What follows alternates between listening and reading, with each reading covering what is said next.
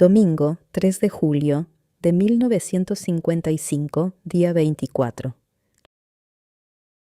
Residencia presidencial.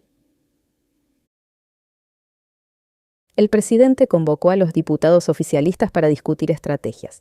El objetivo era bajar el nivel de agresión que se respiraba en la Cámara de Diputados. Perón no lo decía, pero quedaba claro que estaba harto de recibir agravios. Los diputados llegaron al Palacio cerca de las 13. Las primeras fueron Delia de Gliuomini de Parodi, Obdulia Alvaredo de Blanco Silva y Ana Carmen Macri, que se organizaron para ir en un solo auto. Luego, uno a uno, se fueron sumando Ángel Miguel Asquia, Héctor Cámpora, Alberto Rocamora, Francisco Covelli, Antonio Benítez, Donato Frías y Alejandro Leluar. El edecán, Bernardo Alberte, los llevó a la sala de reuniones, que tenía una mesa rectangular en la que entraban hasta 14 personas. Había lugar para todos. Cuando Perón entró los contó. Eran 11.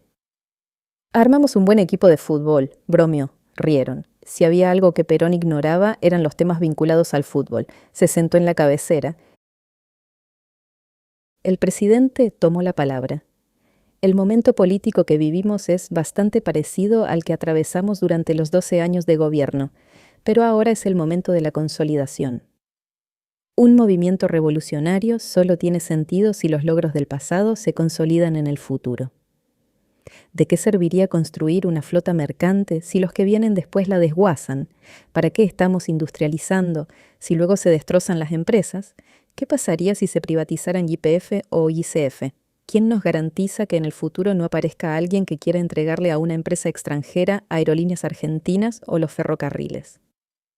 Estos son solo algunos ejemplos de las cosas que deberemos defender. ¿Acaso vamos a perder lo que hemos construido? Eso es lo que quiero evitar. Para eso los necesito, para blindar las reformas revolucionarias que pusimos en marcha hace 12 años. Cuente con nosotros, arengó Cámpora a sus compañeros. Yo sé que cuento con ustedes, Héctor, pero no alcanza con que cuente. Necesito que desde el Congreso se trabaje en proyectos de ley en este sentido. Ya sabemos de qué son capaces los enemigos. Si tiran bombas y matan al pueblo, ¿cuánto tiempo les costaría destrozar lo que hicimos en estos años? Se podría avanzar hacia un gran acuerdo nacional y convocar a las fuerzas políticas del arco opositor que consideremos respetables, sugirió Leluar. Yo también creo que ese es el camino, pero para hacerlo, antes debemos dar algunos pasos. Por ejemplo, derogar la ley de estado de guerra interno. Pero hay que hacerlo por decisión propia y no por los lloriqueos de la oposición. En la última sesión lo reclamaron a viva voz, aportó Miel Asquia. Lo sé, y debemos evitar que eso vuelva a pasar, porque si derogamos el estado de guerra interno después de que ellos lo piden, vamos a parecer débiles. Y si algo aprendimos en estos años es que no podemos dejar flancos sin cubrir. ¿Quiere que trabajemos un proyecto de ley para derogar la norma o va a ser un proyecto enviado por el Ejecutivo? Preguntó Leluar. Perón pensó unos instantes. Lo miró a Bernardo y le preguntó. ¿Qué fecha es hoy? 3 de julio, mi general. Bien, si conseguimos que por unos 10 o 12 días ese tema salga de la agenda, yo mismo voy a anunciar el fin del estado de guerra interno y voy a enviar un proyecto que ustedes deberán aprobar velozmente y evitar los discursos opositores. Necesito que ese proyecto salga sin grandes peroratas sobre que soy un tirano o un dictador. Ya estoy cansado de esa cantinela.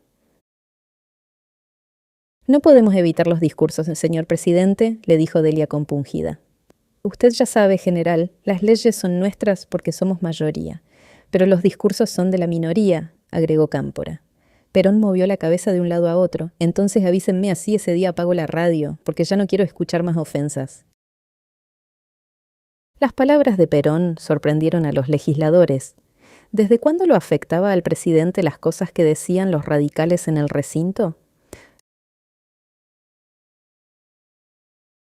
Lunes 4 de julio de 1955, día 25. Regimiento de Palermo. Los 11 marinos que llegaron a Palermo como imputados alrededor de las 8 de la mañana, al mediodía eran dejados en libertad. El tribunal sentenciaba con bajas y con sanciones disciplinarias pero no aplicaba penas del Código de Justicia Militar. De hecho, ningún oficial fue encontrado culpable. Hasta allí parecía que los proyectiles habían llegado a la Casa Rosada y a la Plaza de Mayo arrojadas por extraterrestres. Rojas escuchaba las sentencias con beneplácito, pero sabía que con Olivieri la cosa se pondría más brava. En un parate del juicio fue hasta el baño y mientras se enjuagaba las manos vio que un general iba hacia los mingitorios. Lo reconoció enseguida, era Aramburu, uno de los apellidos que sonaba como líder de la próxima rebelión. Rojas estiró el lavado de manos. Quería hablar con Aramburu. Finalmente el general llegó al lavabo. Ambos se miraron por el espejo. El primero que habló, casi en un volumen inaudible, fue Aramburu. Yo sé quién es usted, y usted sabe quién soy yo. No me visite porque estoy vigilado.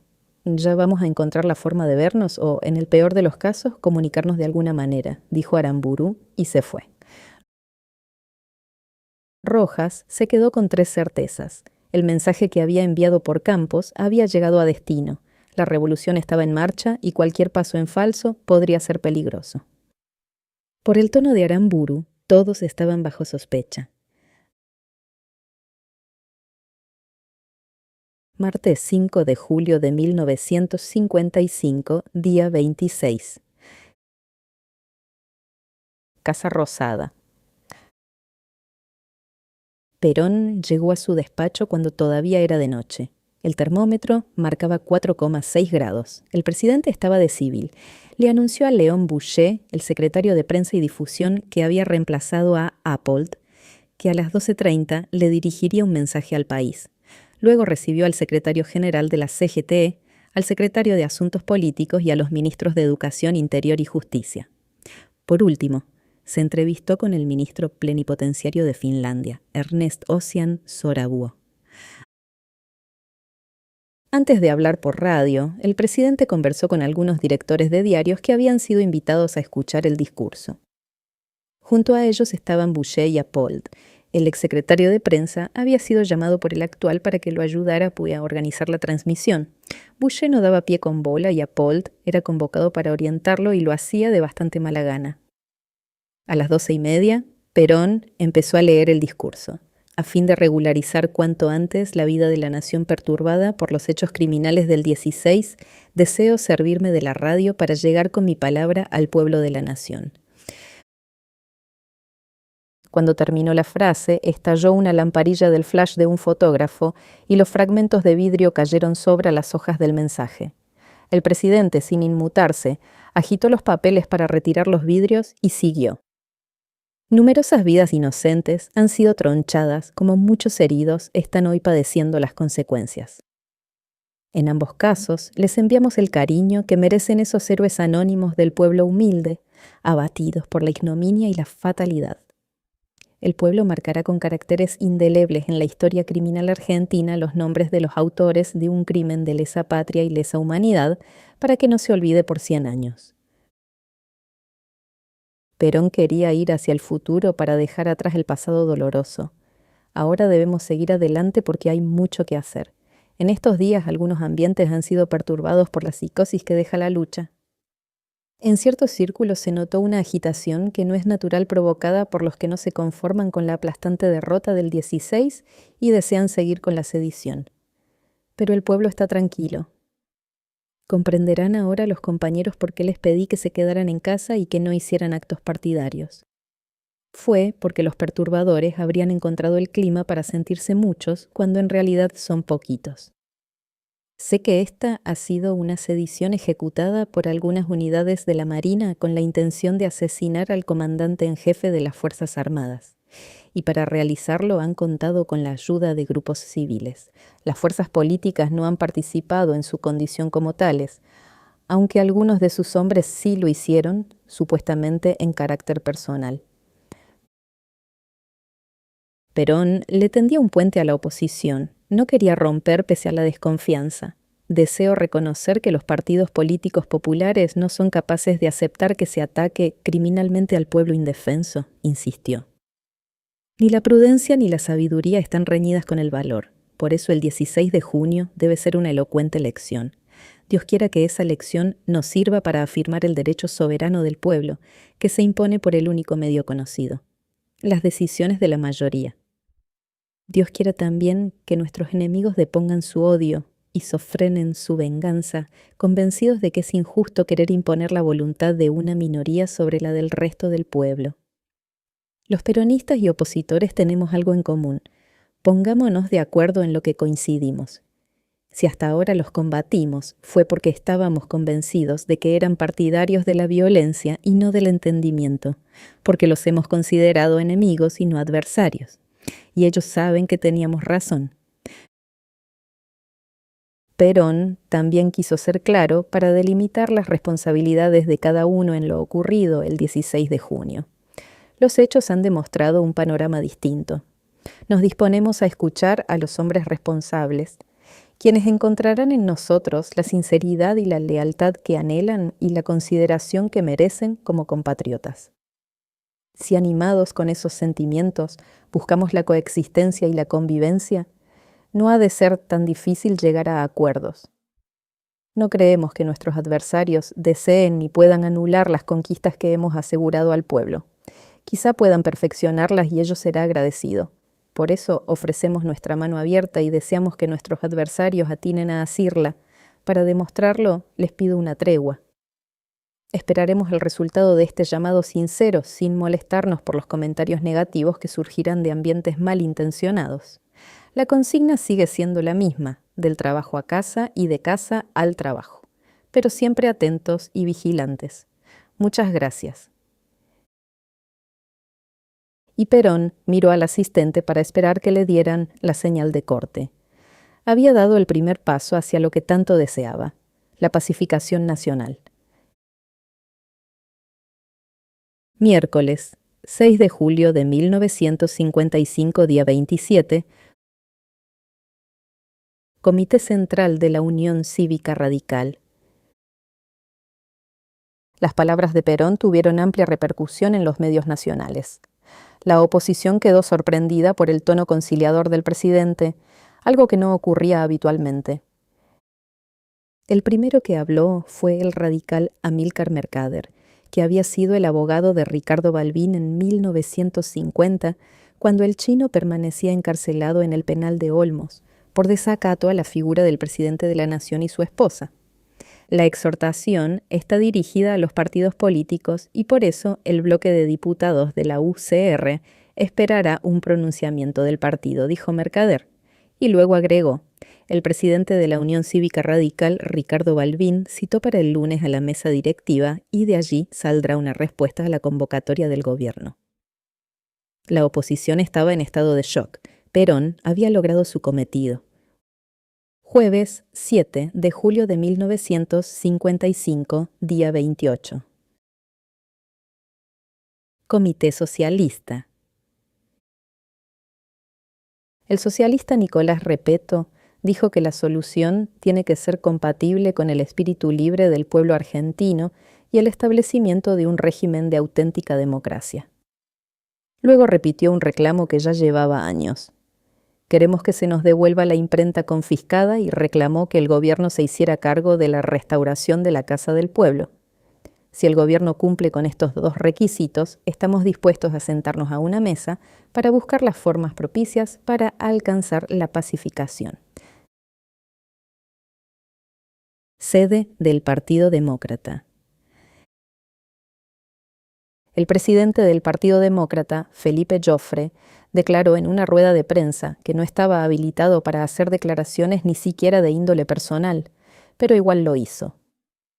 Y citó lo que su partido había hecho en 1953 con motivo de un llamado a la pacificación del gobierno. En aquella ocasión, deslizó Joffre, mi partido consideró que era indispensable, como medida previa, una amplia amnistía sin restricciones ni limitaciones y concibió la política de pacificación como un proceso de recuperación de libertades y derechos. Cabe preguntarse si ahora, luego de los hechos ocurridos, el gobierno está dispuesto a cumplir con nuestros pedidos. Casa Rosada. Perón recibió en la Casa de Gobierno a la Miss Argentina en 1955, Isabel Sarli. Los fotógrafos se hicieron un festival cuando el presidente e Isabel posaban. Luego del momento frívolo, Perón llamó a Albriou. «Parece que hubo reacciones por mi discurso de ayer», le dijo al ministro, ni bien entró al despacho. «Así es, señor presidente. ¿Algo bueno?» «Poco, general. Los que se pronunciaron piden cosas». «No me parece mal», dijo Perón. «Es una negociación». «¿Pero estamos dispuestos a negociar?», se sorprendió Albriou. «Pero claro, hombre, de otra manera no hubiera hecho la oferta. Yo los conozco muy bien a estos ladinos. Van a tratar de sacar alguna ventajita. Y nosotros vamos a ser lo suficientemente hábiles para darles lo menos posible y conseguir lo más que podamos». «Eso sí», advirtió Perón, «una cosa es sentarnos a negociar y otra es aceptar la coerción. Vamos a hablar, pero no vamos a aceptar que nos amenacen. Accedemos a charlar, pero sin extorsión». Albriou seguía callado. Se sentía intimidado por el presidente. «Vaya nomás, Óscar.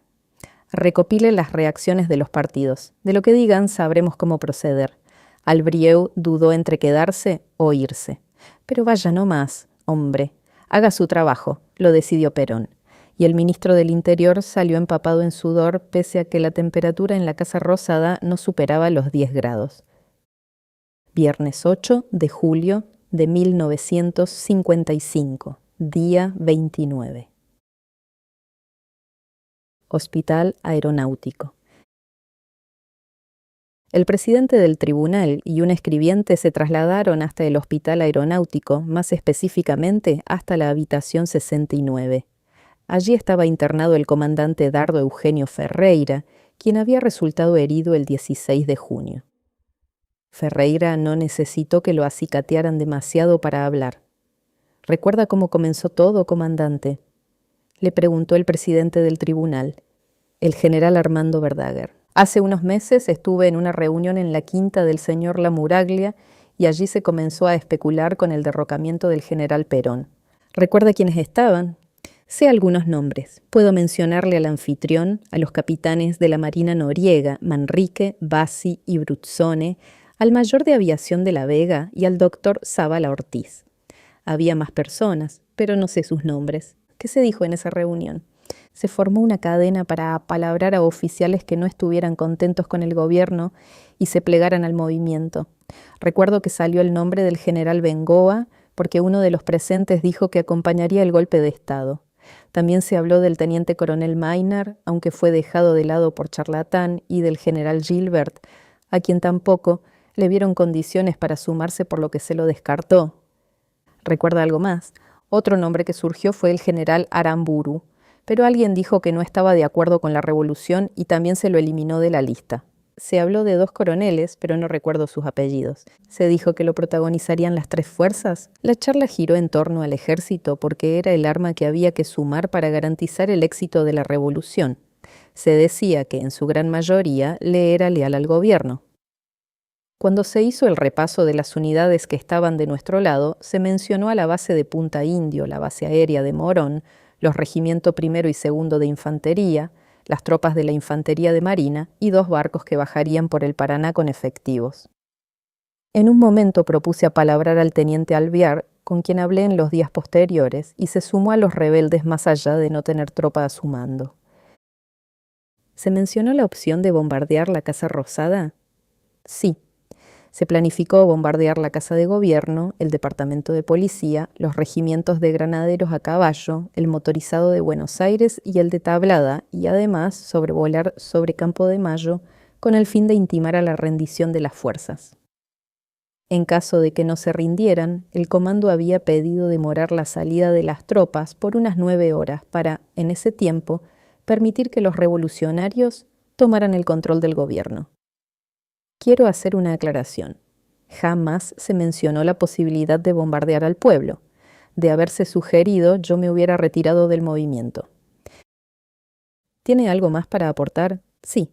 El doctor Zavala Ortiz dijo que había hablado con el ministro de Guerra, el general Embrioni, y que éste le había respondido que estaba de acuerdo con que había que hacer algo, pero que deseaba que el peronismo siguiera gobernando.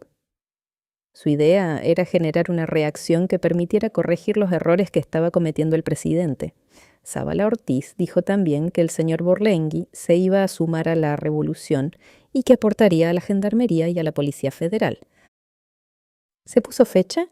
Se dijo que la revolución sería en junio o julio, pero luego me enteré que se había adelantado para el 16. Yo no estaba preparado para ese día. Zrip. ¿Sabe por qué se adelantó? Fue por una filtración. Era inminente que se produjeran detenciones. ¿Se sabía el nombre de quién comandaría el movimiento?